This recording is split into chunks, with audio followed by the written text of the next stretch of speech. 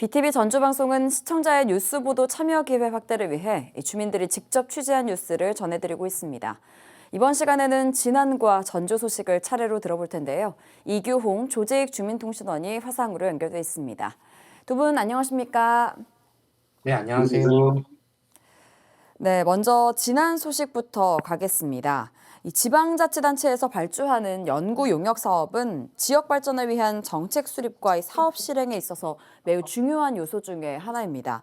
하지만 이 수준 낮은 연구 용역으로 지역의 자산이 낭비되는 사례가 많다고 하는데요. 이규홍 통신원 취재한 내용 전해주시죠.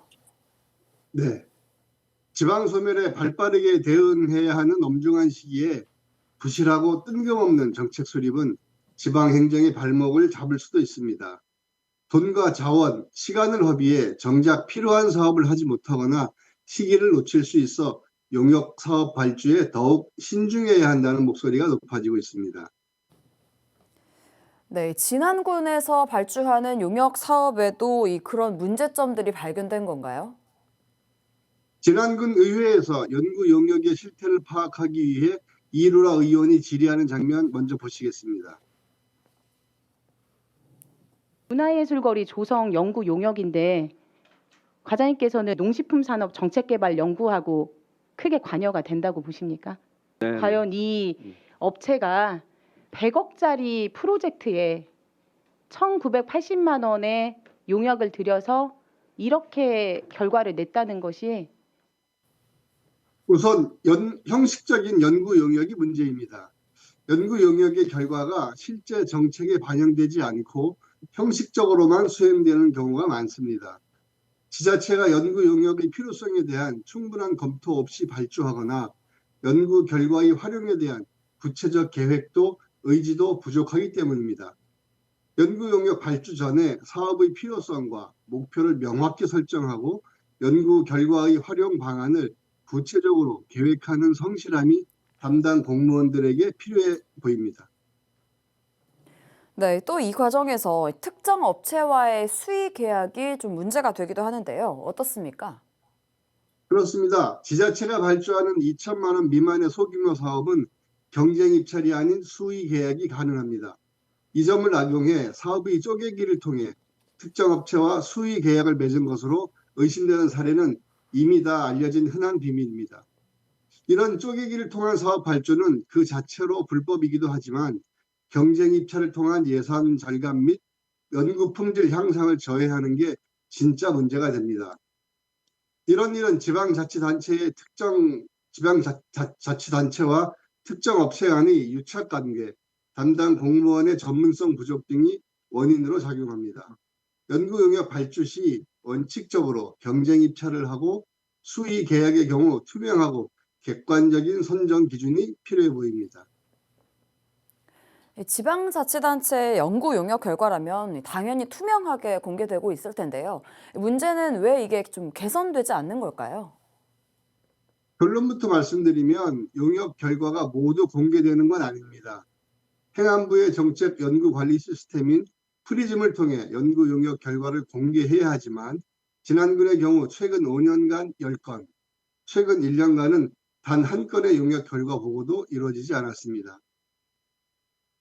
유사한 연구 용역을 반복해 수행하거나 표절로 의심되는 연구 부정 행위가 발생해도 비공개 상태에서는 시민들이 이를 적발하기가 어렵습니다. 지방자치단체들의 정보 비공개는 시민의 알 권리를 침해하고 연구 결과의 신뢰성과 활용도를 떨어뜨리는 중요한 원인이 되고 있습니다. 이처럼 연구 용역의 발주에서부터 진행 상황과 결과에 대한 체계적인 관리 시스템이 필요해 보입니다. 이를 위해선 공무원의 전문성과 정책의 실현에 대한 책임감도 높여나가야 합니다.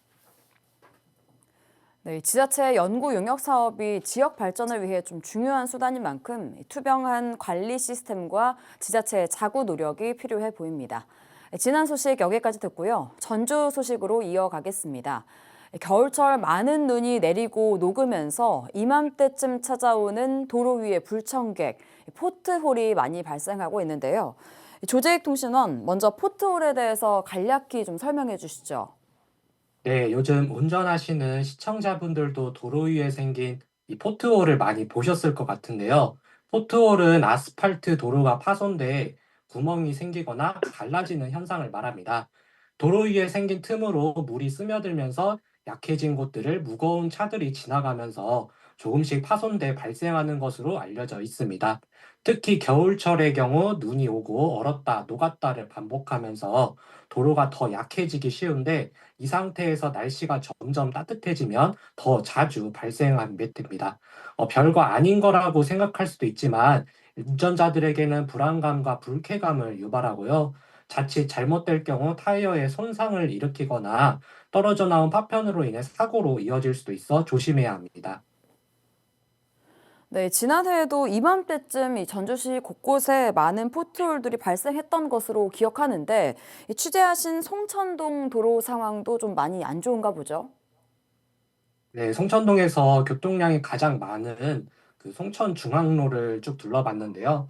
얼마 지나지 않아서 곳곳에 생긴 구멍들과 갈라진 도로의 모습을 확인할 수 있었습니다. 지나가는 차량들이 아슬아슬하게 이제 피해가거나 그대로 위로 지나가는 모습을 확인할 수가 있었고요. 특히 전라고등학교 사거리 횡단보도 근처에 발생한 포트홀은 지난해에도 크게 발생한 곳이어서 임시 조치를 해놓은 곳인데 또 발생한 것으로 확인이 됐습니다.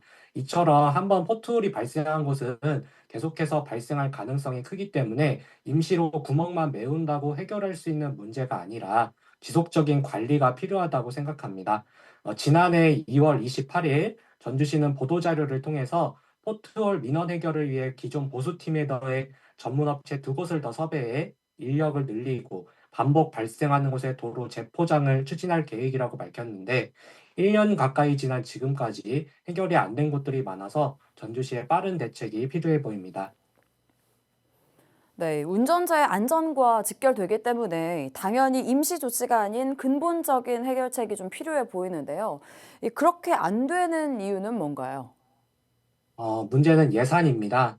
최근 5년 동안 전주시 덕진구청 건설과의 도로 유지 보수 예산을 확인해 보니 2021년에는 약 31억 원, 2022년 약 44억 원, 2023년 약 51억 원으로 조금씩 증가했지만 2024년에 약 31억 9천만 원으로 이제 크게 다시 예산이 줄어들었고, 올해 예산도 지난해와 비슷했습니다. 예산이 늘어났다가 감소하는 추세인데, 최근 전주시의 재정 상황이 좋지 않아서 지방채까지 발행하고 있는 만큼 추경을 통해 예산을 더 확보한다고 해도 얼마나 반영될 수 있을지는 미지수입니다. 다만 예산에 한계가 있다고 해서 전면 재포장 등 구조적인 개선이 아니라 임시 조치가 반복된다면 또다시 포트홀이 발생하게 되는 악순환이 반복될 가능성이 큽니다.